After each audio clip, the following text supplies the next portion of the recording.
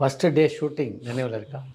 கண்டிப்பாக இருக்குது. ஏன்னா அந்த ஷூட்டிங் வந்து டார்ஜிலிங்கில் நடக்குது. டார்ஜிலிங் தான் ஃபஸ்ட் ஷெட்யூலு. ஸோ ஷூட்டிங்க்கு நாள் வந்து போகிறோம். போயிட்டு அந்த காலேஜுக்கு வெளியில என்னென்ன சீன் எடுக்க போகிறோம்னு பேசி நான் திருசாலாம் பேசிட்டே இருக்கும்போது எனக்குள்ளே என்னென்னா, எனக்கு இது வந்து ஃபஸ்ட் ஷாட்டில் அவரை வச்சு எடுக்கிறதுல ஃபஸ்ட் ஷாட். அது வந்து ஏதாவது ஒன்று மெமரபுளாக நான் பண்ணணும். அதாவது can be just any other shot அப்படின்ற மாதிரி எனக்கு தோணிகிட்டே இருந்துச்சு. அது மொமெண்ட்டில் ஏதாவது ஒன்று பண்ணணும், ஏதாவது ஒன்று பண்ணணும். ஃபஸ்ட் ஷாட் மட்டும் ஸ்பெஷலாக இருக்கணும். எனக்கு ஸ்பெஷலாக இருக்கணும். அதே நேரத்தில் ஃபேன்ஸுக்கும் ஸ்பெஷலாக ஒன்று பண்ணணும் அப்படின்னு சொல்லிகிட்டே இருக்கும்போது, அங்கே பார்த்தா ஒரு சின்ன ஒரு பேசேஜ் மாதிரி இருக்கும். ஒரு அந்த அந்த காலேஜ் வெளியில.